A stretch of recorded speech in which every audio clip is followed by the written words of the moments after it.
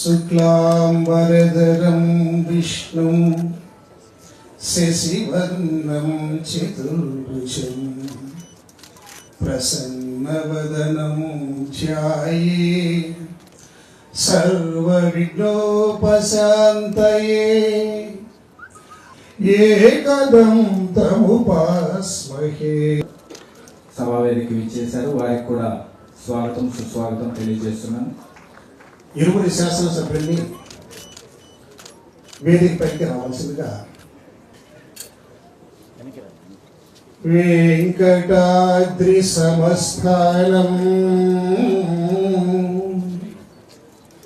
బ్రహ్మా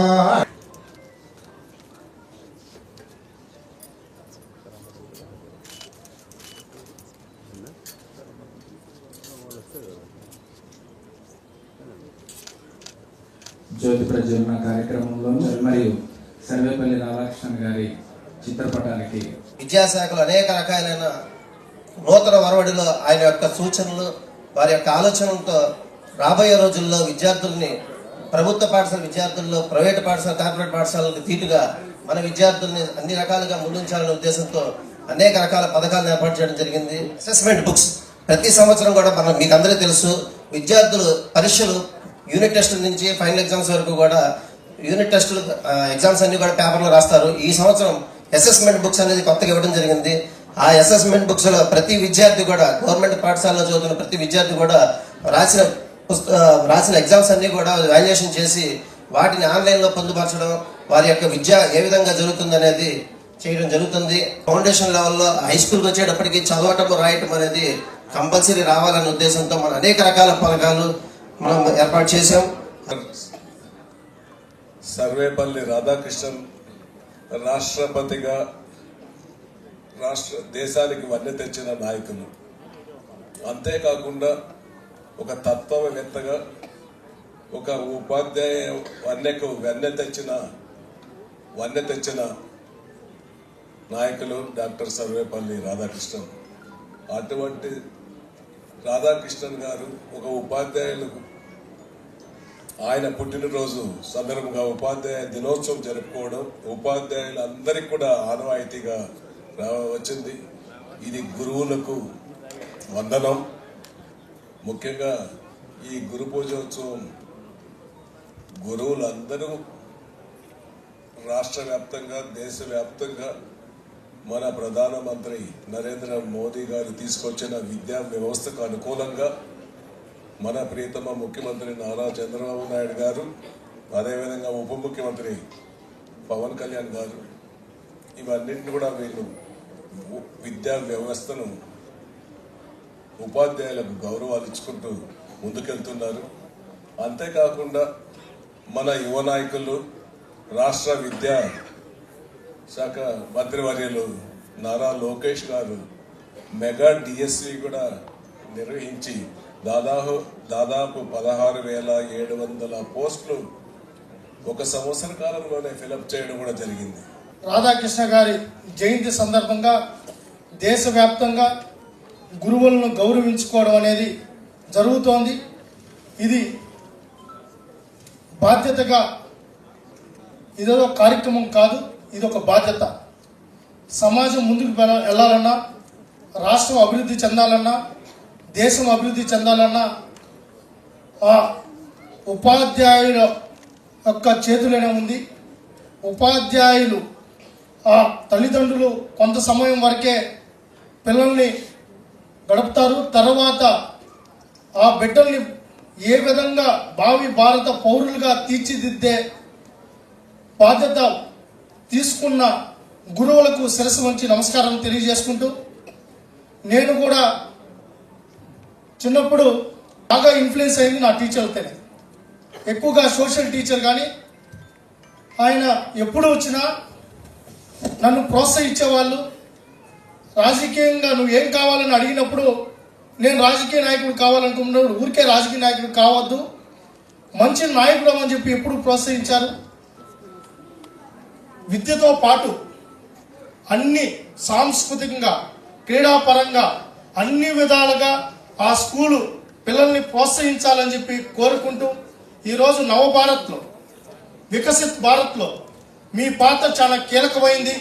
ఈరోజు మన పిల్లల్ని మనం ఈ దేశం కోసం, ఈ రాష్ట్రం కోసం భావి భారత పౌరులుగా తీర్చిదిద్దే పాత్ర మీరు పోషిస్తున్నారు. కాబట్టి మీ బాధ్యతను మరొక్కసారి మీకు గుర్తు చేస్తూ నాకు ఈ అవకాశం ఇచ్చిన కలవడం చాలా సంతోషంగా ఉంది. అలాగే ప్రతిభావంతమైన టీచర్లకు కూడా అవార్డు ప్రదానోత్సవం చేయడం కూడా ఒక మంచి పరిణామం. మీలో ఉన్న హార్డ్ వర్కింగ్ కానీ లేకపోతే మీరు చేస్తున్న కృషి పట్ల ప్రభుత్వం కూడా మిమ్మల్ని రికగ్నైజ్ చేసి అభినందించడం కూడా ఇవాళ రోజు జరుగుతూ ఉంది. మనం చూస్తున్నాం, మీ అందరికీ తెలుసు, మా నాన్న కూడా గౌరవ ముద్దుకృష్ణారెడ్డి గారు టీచర్ కింద ప్రస్థానంతో రాజకీయాల్లోకి వచ్చి మన ఎడ్యుకేషన్ మినిస్టర్ కింద కూడా చేశారు. ఇక్కడ డిస్ట్రిక్ట్లో నాన్న గురించి తెలియాలంటూ ఉండరు, ఎడ్యుకేషన్ డిపార్ట్మెంట్లో ఎస్పెషల్లీ మీకు. అలాగే ఇప్పుడున్న గవర్నమెంట్ కూడా ప్రభుత్వ విద్యకి పెద్దపీట వేస్తూ అన్ని విధాల, అంటే ఇంతకుముందులాగా ఇంతకన్నా మునికృష్ణ చెప్పినట్టు ఇంతకుముందు ఎవరు చదువుకున్నా కూడా గవర్నమెంట్ స్కూల్లో చదువుకునేవాళ్ళు. ఇప్పుడు ఎడ్యుకేషన్ ఎట్లా అయిపోయిందంటే గవర్నమెంట్ స్కూల్ అంటే బడుగు బలహీన వర్గాలకే ఎక్కువ మంది పిల్లలు పోతా ఉన్న పరిస్థితి ఇవాళ మనం చూస్తూ ఉన్నాం.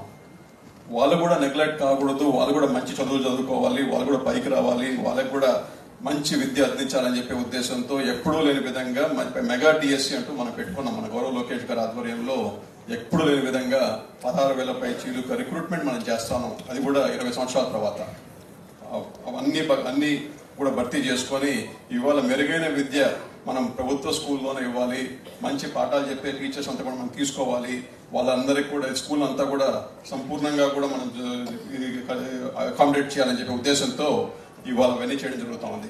మీ పట్ల గవర్నమెంట్ కూడా క్రీశాలికంగా చాలా సానుకూలత వ్యక్తపరుస్తున్నారు. టీచర్లు ఏది చెప్పినా కూడా చేయాలి, టీచర్లు మనం ఏదున్నా కూడా అకామిడేట్ చేద్దామని చెప్పి ఒక ధోరణి వాళ్ళు అవలంబిస్తూ ఉన్నారు. ప్రభుత్వం కూడా ఏ విధంగా కూడా వాళ్ళకి ఏదైనా ఇష్టం ఉన్నా కష్టం ఉన్నా కూడా కష్టాలు తెలుసుకొని ఇవాళ మనం చూస్తున్నాం. మీకేమైతే అది గౌరవ మన ముఖ్యమంత్రి గారు ఇవ్వడం జరుగుతూ ఉంది. మీరు కూడా భావితరాలకి దిశ నిర్దేశం చేసేవాళ్ళు, అందరం కూడా ఏదో స్కూల్లో చదువుకొచ్చిన వాళ్ళమే, అందరికి కూడా ఏదో గురువు పాఠం చెప్తేనే దూరం వచ్చాం, తీసుకొస్తారని చెప్పి మిమ్మల్ని అంతా ఆశిస్తూ మరియు ఇక్కడికి వచ్చేసినటువంటి టీచర్స్ అందరికి కూడా ముందుగా అందరికీ గురు పూజోత్సవ దినోత్సవ శుభాకాంక్షలు. ఈరోజు సెప్టెంబర్ 5న ప్రతి ఒక్క టీచర్ని, ప్రతి ఒక్క గురువుని కూడా మనందరం స్మరించుకోవాలి. మీరు సమాజానికి మీరు ఇస్తున్నటువంటి, మీరు కాంట్రిబ్యూట్ చేసినటువంటి